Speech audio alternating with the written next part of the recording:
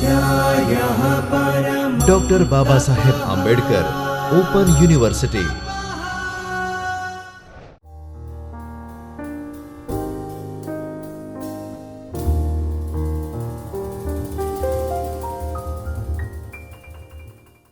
નમસ્તે મિત્રો, સૌથી પહેલાં તો હું તમને અભિનંદન આપું કે બીએના અભ્યાસક્રમમાં તમે મુખ્ય વિષય તરીકે અર્થશાસ્ત્ર પસંદ કર્યો છે. હવે આ જે અર્થશાસ્ત્રનો પ્રવાસ આપણે શરૂ કરીએ છીએ એ છે પ્રારંભિક અર્થશાસ્ત્રનો વિષય. તમે જ્યારે પ્રથમ વર્ષ બીએનો અભ્યાસ કરશો ત્યારે મુખ્ય તથા પ્રથમ ગૌણ બંને પેપરમાં પહેલું પેપર આવે છે પ્રારંભિક અર્થશાસ્ત્રનું, બીજું પેપર આવશે ભારતીય અર્થતંત્રનો પરિચય. એટલે જ્યારે અર્થશાસ્ત્ર તમે અભ્યાસ કરો છો એ સાથે સાથે તમે ભારતના અર્થતંત્રનો પણ પરિચય સાથે સાથે જ પેરેલલ સમાંતર મેળવો એ ઉદ્દેશથી આ બંને અભ્યાસક્રમ તૈયાર કર્યા છે. અર્થશાસ્ત્રનો અભ્યાસ ખરેખર એક પ્રવાસનો આનંદ જે થાય એ પ્રમાણેનો જ રહેશે. ઘણી વખત આપણે જ્યાં સુધી કોઈ વિષયને ઓળખતા નથી, કોઈ વિષય વિશે ખબર ઓછી છે, ત્યાં સુધી એ આપણને અઘરું લાગી શકે. પણ અર્થશાસ્ત્ર શું છે તમને ખ્યાલ છે? હવે તમે મને જણાવો, તમે બજાર જાઓ છો, તમે ખરીદી કરો છો, તમે અનાજનું ઉત્પાદનનો ઉપયોગ કરો છો, તમે વાહનોનો ઉપયોગ કરો છો, તમે ઉર્જાનો ઉપયોગ કરો છો, તમે વસ્તુની કિંમત ચૂકવો છો, તમે પૈસાની બચત કરો છો, તમે પૈસા કમાઓ છો, તમારી આવક હોય છે, તમે હિસાબ રાખો છો. આ બધું જે તમે કરો છો, હું કરું છું અને આપણે બધા કરીએ છીએ એ વિષયનો અભ્યાસ છે અર્થશાસ્ત્ર. તો જે આપણે દરરોજ કરતા હોઈએ એ વિષયનો અભ્યાસ અઘરો કેમ પડે? તેમ છતાં આપણે અર્થશાસ્ત્રમાં સ્ટેપ બાય સ્ટેપ આગળ વધવાના છીએ. પહેલું પગલું છે પ્રારંભિક અર્થશાસ્ત્રનો. અહીંયા આપણે જે બેઝિક બહુ પાયાના જે કોન્સેપ્ટ છે અથવા તો અર્થશાસ્ત્ર એટલે શું એના વિશે આપણે અભ્યાસ કરવાના છીએ. બીજી એક બાબત ખાસ ધ્યાનમાં રાખજો કે આપ ઓપન યુનિવર્સિટીના વિદ્યાર્થીઓ છો. ઓપન યુનિવર્સિટીના વિદ્યાર્થીઓ હો એનો મતલબ એ નથી કે આપને અન્ય કોઈ અર્થશાસ્ત્રના પુસ્તકોનો અભ્યાસ ન કરવો કે અન્ય કોઈ વ્યક્તિ જે ઓપન યુનિવર્સિટીના વિદ્યાર્થી નથી તે આ અભ્યાસ ન કરી શકે. દરેક વ્યક્તિ કરી શકે છે. અર્થશાસ્ત્ર વિષય દરેક જગ્યાએ સમાન રીતે ઉપયોગી છે. તો અર્થશાસ્ત્રનો જે ઓપન યુનિવર્સિટીનો જે અભ્યાસક્રમ છે એનો ધીમે ધીમે આપને એક સ્ટેપ બાય સ્ટેપ પરિચય આપું. જુઓ, આ અર્થશાસ્ત્રના અભ્યાસમાં આપણે શાનો અભ્યાસ કરવાના છીએ અને સૌથી પહેલાં આપણો હેતુ શું રહેશે અભ્યાસક્રમનો? અર્થશાસ્ત્રનો અભ્યાસ કરીએ છીએ તો એ અભ્યાસ કર્યા પછી આપણને શું ફાયદો થવાનો છે, એનો હેતુ શું છે એ જોઈએ. તો સૌથી પહેલાં તો અર્થશાસ્ત્ર એટલે શું એ ખાસ સમજવાની જરૂર છે, જે આપણે આ અભ્યાસક્રમમાં, આ પ્રકરણમાં અથવા તો આ પેપરમાં સમજી શકીએ છીએ. અર્થશાસ્ત્ર એટલે શું? એની ઘણી સાહિત્યિક પરિભાષાઓ છે, ટેકનિકલ પરિભાષાઓ છે અને મારી અને તમારી રોજના જે સામાન્ય જનજીવનના અભિપ્રાયોના આધારે બનેલી છે એ પણ પરિભાષા છે. બીજો હેતુ છે કે અર્થશાસ્ત્ર શેનો અભ્યાસ કરે છે? અર્થશાસ્ત્ર શેનો અભ્યાસ કરે છે? શરૂઆતમાં જ મેં તમને જવાબ આપ્યો, જે આપણી રોજિંદી જીવનચર્યા છે, રોજિંદી કામગીરી છે તેનો અભ્યાસ અર્થશાસ્ત્ર કરે છે. એટલે તો અર્થશાસ્ત્ર સમાજ વિજ્ઞાનનો એક વિષય ગણાય છે. જો સમાજ ન વિકસ્યો હોત તો અર્થશાસ્ત્ર વિકસી શક્યું ન હોત. અર્થશાસ્ત્રમાં સમાજમાં રહેતા લોકો કેવી રીતે કામ કરે છે, પોતાની જરૂરિયાતો કેવી રીતે પૂરી કરે છે, એ બધી બાબતોનો અહીં આપણે અભ્યાસ કરવાના છીએ. આગળનો મુદ્દો છે કે અર્થશાસ્ત્રના પાયાના ખ્યાલો સમજવાના છે. દાખલા તરીકે સંપત્તિ એટલે શું? મૂડી એટલે શું? આપણે રોજ એક શબ્દ બોલીએ છીએ, મને આ વસ્તુની માંગ છે, ઈચ્છા છે. તો માંગ એટલે શું? આપણે ઘણી વ્યક્તિને એમ કહીએ છીએ કે આની પાસે ઘણી બધી સંપત્તિ છે. તો સંપત્તિ એટલે શું? આપણે દરરોજ બજારમાં વસ્તુની કિંમત ચૂકવીએ છીએ. તો કિંમત એટલે શું? એનો અર્થશાસ્ત્રનો ખાસ અર્થ છે. એટલે આ બધી ખાસ જે પાયાની બાબતો છે કે જેના ઉપર આખું અર્થશાસ્ત્ર રચાયેલું છે તે પાયાના ખ્યાલો આપણે આ પેપરમાં સમજવાના છીએ.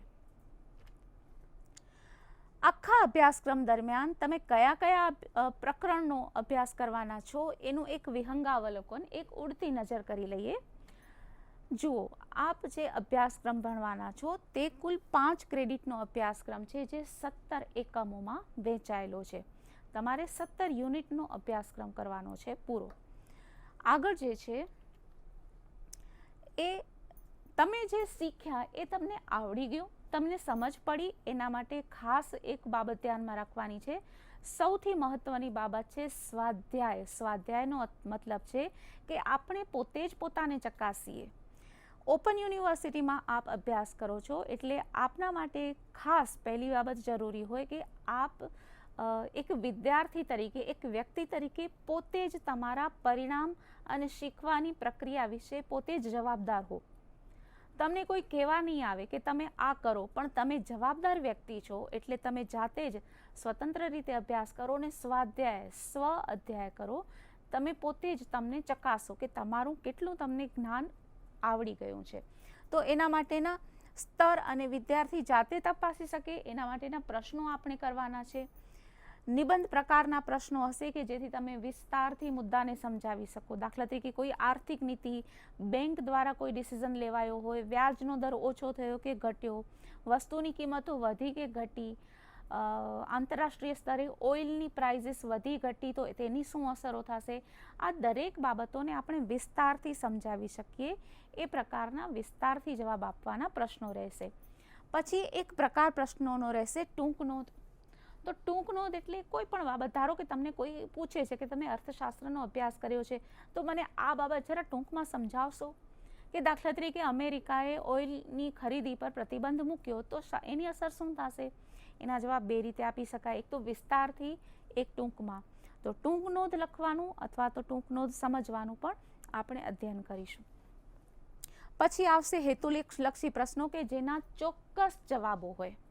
એના બે જવાબો ન હોય, એનો મારો અને તમારો અભિપ્રાય પ્રમાણે અલગ અલગ જવાબ ન હોય. દાખલા તરીકે ભારતમાં ઉદારીકરણ ક્યારથી શરૂ થયું, તો એનો એક જ જવાબ છે, એના અલગ અલગ જવાબો નથી. મારો જવાબ આપો, તમારો જવાબ આપો એ હેતુલક્ષી, એટલે એક જ જવાબ હોય, એ ચોક્કસ જવાબ હોય. એ પ્રશ્નો છે એને હેતુલક્ષી પ્રશ્નો કહી શકાય. દાખલા તરીકે ભારતમાં વસ્તી ગણતરી ક્યારથી શરૂ થઈ, ભારતમાં પંચવર્ષીય યોજનાઓ ક્યારથી શરૂ થઈ, ભારતમાં નીતિ આયોગની શું ભૂમિકા, ક્યારથી શરૂઆત થઈ. આ બધા જવાબો છે, ચોક્કસ જવાબો છે. ખેતીનું ઉત્પાદન કેટલું થાય છે, તો એના અલગ અલગ જવાબો ન હોય. જેના એક્ઝેક્ટ એક જ ચોક્કસ જવાબ હોય તેને આપણે હેતુલક્ષી પ્રશ્નો કહીએ છીએ. જે સબ્જેક્ટિવ ન હોય, સબ્જેક્ટિવ ન હોય એટલે કે જે અલગ અલગ, જેમાં વિચારધારાઓ અલગ ન પડતી હોય.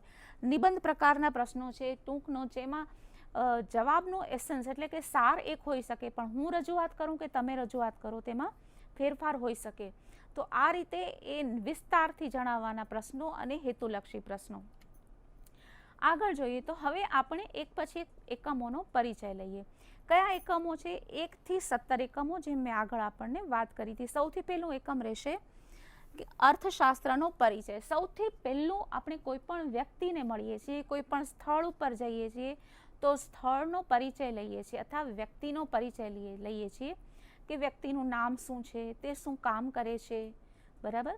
તેવી જ રીતે આપણે અહીંયા અર્થશાસ્ત્રનું પણ સ્વરૂપ સમજવાનું છે, અર્થશાસ્ત્રની વ્યાખ્યા સમજવાની છે અને અર્થશાસ્ત્રનું કાર્યક્ષેત્ર સમજવાનું છે કે અર્થશાસ્ત્ર કરે શું છે. અર્થશાસ્ત્ર શું કરે છે આપણે અભ્યાસ કરશું તો એનો જવાબ આપણને આગળ મળશે કે આ આપણા બધાનો અર્થશાસ્ત્ર જે છે એ માનવીય વર્તણૂકનો અભ્યાસ કરે છે. તો માનવીય વર્તણૂકનો અભ્યાસ તો મનોવિજ્ઞાન પણ કરે છે, ભાષા સાહિત્ય પણ કરે છે. તો માનવીય વર્તણૂકનો આપણે કઈ રીતે અભ્યાસ કરીએ છીએ એ આપણે આગળ અભ્યાસ કરવાના છીએ, અધ્યયન કરવાના છીએ. તો અર્થશાસ્ત્ર પણ સમાજ વિજ્ઞાન છે, માનવીય વર્તણૂકનો અભ્યાસ કરે છે. દરેક બાબતે મનુષ્ય બજાર જાય ત્યારે તેની વર્તણૂક કેવી હોય છે, બજારમાં કોઈ પણ વસ્તુ નવી આવે ત્યારે એની વર્તણૂક કેવી હોય છે, સરકાર છે એ કરવેરો જાહેર કરે તો માનવીની વર્તણૂક કેવી હોય છે. આ દરેક તબક્કે આપણે માનવીની વર્તણૂકનો અભ્યાસ કરવાના છીએ. આ એક ટૂંકમાં હું તમને કહું છું, પણ આપણે એક આખું પ્રકરણ છે એ અર્થશાસ્ત્રની વ્યાખ્યા, સ્વરૂપ અને અર્થશાસ્ત્રના કાર્યક્ષેત્ર ઉપર કરવાના છીએ. બીજું પ્રકરણ છે અર્થશાસ્ત્રનો પરિચય. એ કન્ટિન્યુ રહેશે, જેમાં એકમલક્ષી અને સમગ્રલક્ષી અર્થશાસ્ત્ર. હવે દાખલા તરીકે આપણે ઘણા બધા લોકો છીએ, બજારમાં એક નવી વસ્તુ આવી છે, તો મારો પ્રતિભાવ એક પ્રકારનો રહેશે. હું એમ વિચારીશ કે બજારમાં નવી વસ્તુ તો આવી છે, પણ હું જોઉં એ સારી છે, ખરાબ છે, બીજાએ ખરીદી તો એને કેવી લાગી, એટલે હું તરત જ નહીં ખરીદી લઉં. પણ જ્યારે મારી એક પડોશમાં છે, બેન રહે છે, કે મારી મિત્ર છે, મારા કોઈ પણ પરિવારના અન્ય લોકો હોઈ શકે, એમ કહે છે કે બજારમાં નવી વસ્તુ આવી છે, ચાલો જલ્દી ખરીદી લઈએ, તો એક વ્યક્તિ એક પ્રકારનો વર્તણૂક કરે છે, બીજી વ્યક્તિનું વર્તણૂક બીજી હોઈ શકે. તેવી જ રીતે સમાજના બધા જ લોકોની વર્તણૂક અલગ અલગ હોઈ શકે.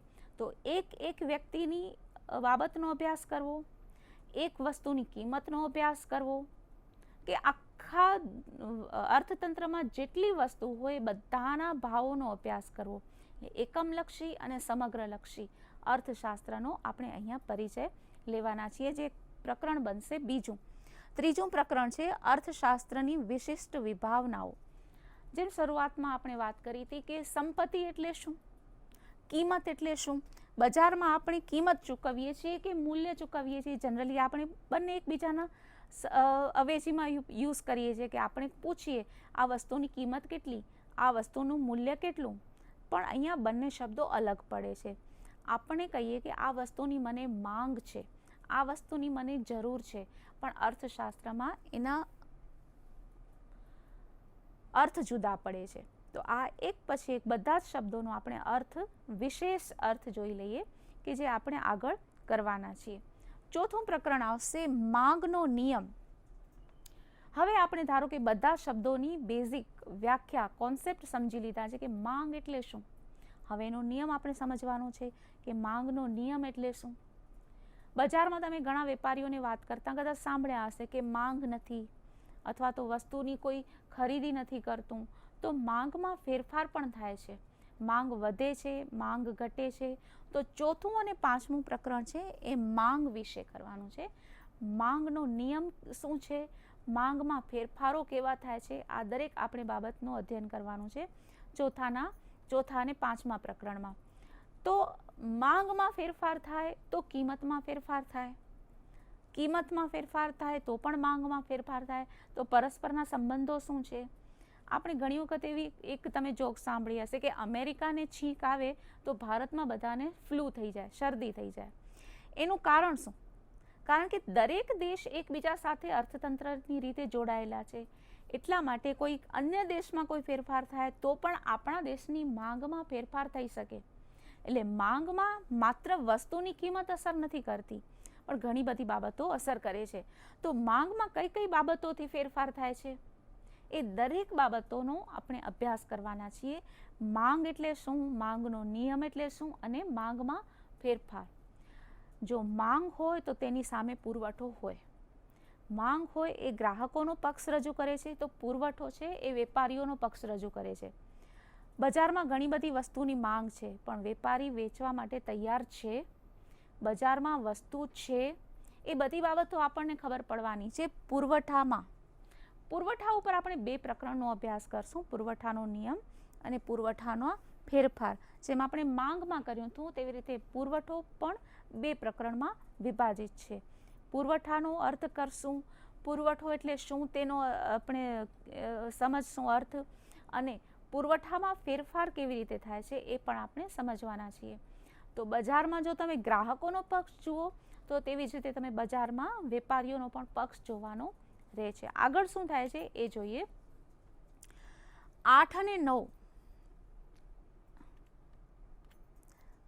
9મું પ્રકરણ છે બજારના પ્રકારો ઉપર. બજારના પ્રકારો હોય, બજારનો કયો પ્રકાર હોય, કાપડ બજાર, સોના ચાંદી બજાર, કટલેરી બજાર, એ પ્રકારે આપણે નથી કરવાના. આપણે જે પ્રકાર કરવાના છે એ બજારમાં ગ્રાહકોની સંખ્યા કેટલી છે એના ઉપર આધારિત છે, બજારમાં વેપારીઓની સંખ્યા કેટલી છે એના ઉપર આધારિત છે. તમારું જે ગામ શહેર છે, ધારો કે તમારે ત્યાં જુઓ તો એક જ દુકાન કાપડની છે, એવું હોય? એવું ન હોય. ઘણા બધા કાપડના વેપારીઓ હોઈ શકે, અથવા તો કોઈ નાનું એવું ગામ હોય તો ત્યાં એક કાપડના વેપારી હોઈ શકે. પણ મૂળભૂત રીતે તમે જોવા જાઓ તો કાપડનું ઉત્પાદન અને વેચાણ તો ઘણા લોકો કરતા હોય, બરાબર છે. ટૂથપેસ્ટનું ઉત્પાદન વેચાણ ઘણા બધા લોકો કરતા હોય, તો આપણે અહીંયા હરીફાઈ જોઈએ. બધા વેપારીઓ વચ્ચે હરીફાઈ થાય છે કે એક જ વેપારી હોય તો એનો ઇજારો હોય. તો આ બજારના પ્રકાર છે એ વસ્તુના આધારે નહીં પણ સંખ્યાના આધારે, સંખ્યા, વેપારીઓની સંખ્યા, ગ્રાહકોની સંખ્યા, એના આધારે આપણે બજારના પ્રકારો સમજવાના છીએ, જે પ્રકરણ 8 અને 9માં કરવાના છીએ. 10મું અને 11મું પ્રકરણ રહેશે ઉત્પાદનના સાધનો ઉપર. હવે બજારમાં વસ્તુનું, કાપડનું ઉત્પાદન કેવી રીતે થાય છે? આપણે જોઈએ તો મોટા મોટા ફાઇટર પ્લેનનું ઉત્પાદન કેવી રીતે થાય છે, બ્રેડનું ઉત્પાદન કેવી રીતે થાય છે. તો આ દરેક વસ્તુનું ઉત્પાદન કરવા માટે આપણને ઉત્પાદનના સાધનોની જરૂર પડે છે. મૂડી જોઈએ છે, કામ કરવાવાળા શ્રમિકો જોઈએ, નોલેજ જોઈએ, નિયોજકો જોઈએ, જમીન જોઈએ, કાચો માલ જોઈએ. આ ઉત્પાદનના બધા સાધનો છે. આ ઉત્પાદનના બધા સાધનો વિશેનું અધ્યયન આપણે કરશું 10મા અને 11મા પ્રકરણમાં. તમે ક્યાંય સાંભળ્યું છે કે કોઈ એક દેશમાં ખાસ વસ્તુનું ઉત્પાદન થતું હોય, અન્ય દેશમાં તે વસ્તુનું ઉત્પાદન ન થઈ શકે? ભારતની વાત કરીએ તો ચાનું ઉત્પાદન પૂર્વના રાજ્યોમાં થાય છે, આસામમાં થાય છે, ગુજરાતમાં નથી થતું. કેમ? કારણ કે ત્યાં ઉત્પાદન કરવા લાયક સાધન, જમીન એ પ્રકારની છે. મગફળીનું ઉત્પાદન આસામમાં નથી થતું. કારણ કે મગફળીનું ઉત્પાદન થઈ શકે તેવી જમીન પશ્ચિમ ભારતમાં છે. તો જે સાધનો હોય તે પ્રકારના સાધનોનો અનુસાર ઉત્પાદન થાય. તો ઉત્પાદનના સાધનો કેવા હોય, એના લક્ષણ શું છે, એનો અર્થ શું? જમીન એટલે શું? જેના ઉપર આપણે ઊભા છીએ તે, જેના ઉપર આપણે મકાન બનાવીએ છીએ તે, પણ નહીં. જેમ આપણે આગળ વાત કરી કે અર્થશાસ્ત્રમાં બધા જ શબ્દોનો એક અલગ જ અર્થ છે, વિશિષ્ટ અર્થ છે. તો જમીન એટલે શું એ આ પ્રકરણમાં તમે સમજી શકશો. મૂડી એટલે શું? શ્રમ એટલે શું? શ્રમ એટલે શારીરિક શ્રમ કરવો, તે જ શરીર પર વજન ઉપાડે છે, એ રેલવે સ્ટેશન પર કુલીનું કામ કરતા હોય એ શ્રમિક, મકાન બાંધકામમાં શ્રમ કરતા હોય એ શ્રમિક.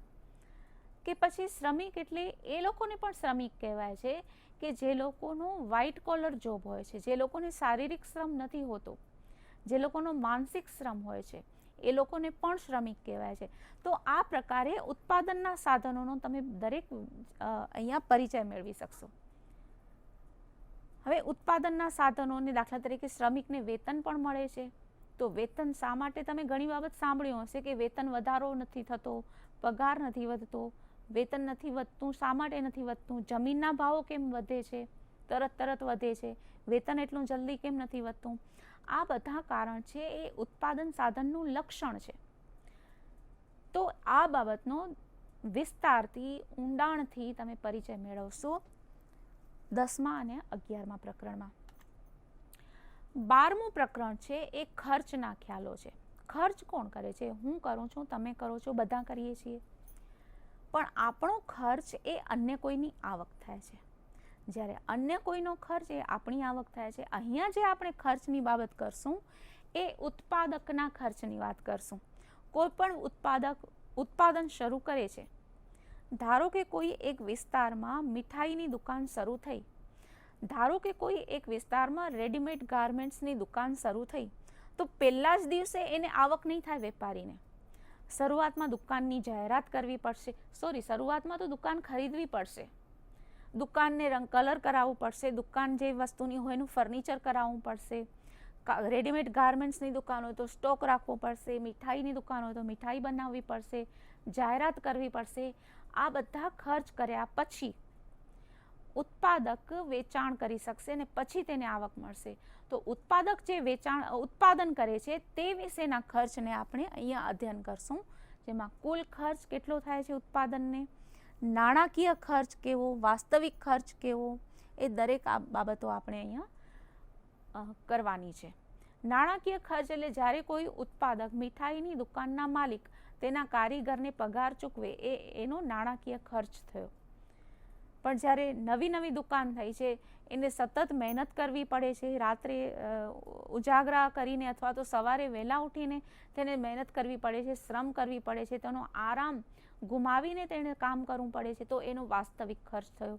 તો આમ ખર્ચ એટલે શું, એ બધી બાબતો આપણે ખર્ચના પ્રકરણમાં જોવાના છીએ. પછીનું પ્રકરણ છે આવકના ખ્યાલો. આવક એટલે આપણને જે સેલરી મળે તે ઉપરાંત પેલા મીઠાઈવાળા ભાઈની જે દુકાનમાં મીઠાઈનું વેચાણ થશે ત્યારે મીઠાઈની આવક થશે, કપડાનું વેચાણ થશે ત્યારે રેડીમેડ ગાર્મેન્ટ્સની દુકાનવાળા ભાઈનું ને આવક થશે, એક ડૉક્ટર પાસે પેશન્ટ જ્યારે જશે ત્યારે ડૉક્ટરને આવક થશે. આ રીતે અલગ અલગ પ્રકારની આવક છે. તો આવક એટલે શું? હવે અહીંયા આવક જુઓ, વ્યક્તિગત આવક પણ હોઈ શકે, પરિવારની બધાની કુલ આવક હોઈ શકે, નાણાકીય આવક હોઈ શકે, આખા રાષ્ટ્રની આવક પણ હોઈ શકે. આપણી બધાની આવકોનો સરવાળો કરીએ તો રાષ્ટ્રની આવક થાય. એમાં ખેડૂતની આવક હોય, મીઠાઈ વેચતા જ વેચે છે એ ભાઈની દુકાનની આવક હોય, રેડીમેડ ગાર્મેન્ટ્સના કપડાં જે વેચાણ કરે છે એની આવક હોય, ડૉક્ટરની આવક હોય, સિમેન્ટનું ઉત્પાદન કરે છે એની આવક હોય, આપણે આસામથી ચા છે એ યુએસમાં વેચીએ છીએ તો એની આવક હોય. આખા રાષ્ટ્રની આવક મળે ત્યારે રાષ્ટ્રની આવક બને, રાષ્ટ્રીય આવક. આપણી વ્યક્તિગત આવક પણ હોય છે, રાષ્ટ્રીય આવક પણ હોય છે. તો આવકના અલગ અલગ જે ખ્યાલો છે એને આપણે અહીંયા પ્રકરણ નંબર 13માં આપણે સમજવાના છીએ. આગળ જોઈએ તો 14મું પ્રકરણ છે તુષ્ટિગુણ. તુષ્ટિગુણવાળું પ્રકરણ છે એ 2 ભાગમાં વહેંચાયેલું છે, 14મું અને 15મું. તમને ભૂખ લાગી છે, તમે જમો છો ત્યારે જે સંતુષ્ટિ પ્રાપ્ત થાય છે એને તુષ્ટિ કહેવાય છે. અને તુષ્ટિગુણ એટલે તે ખોરાકમાં રહેલો એવો ગુણ કે જે તમારી ભૂખ સંતોષે છે. તમારે એકથી બીજી જગ્યાએ જવાનું છે, તમારી પાસે વાહન છે પોતાનું, પણ અચાનક એ વાહન બગડી જાય છે, કાર ખરાબ થઈ જાય છે, તો હવે કાર તમારી જરૂરિયાત પૂરી નથી કરી શકતી. તો હવે કારમાં તમારી જરૂરિયાત પૂરી કરવાનો ગુણ નથી, એટલે કારમાં તુષ્ટિગુણ નથી. અચાનક ત્યાંથી એક બસ પસાર થાય છે, તમે બસમાં બેસી જાઓ છો અને તમને જ્યાં જવું હોય છે ત્યાં જાઓ છો, તો બસમાં તમારી જરૂરિયાત પૂરી કરવાનો ગુણ છે, તો એનામાં તુષ્ટિગુણ છે. તો તુષ્ટિગુણ એટલે શું એ સમજશું, અને તુષ્ટિગુણનો નિયમ શું છે, સમસીમાંત તુષ્ટિગુણનો નિયમ, ગ્રાહકનો અધિક સંતોષ, એ દરેક બાબત આપણે પ્રકરણ નંબર 15માં કરવાના છીએ. ગ્રાહકનો અધિક સંતોષ તમને ટૂંકમાં જણાવું.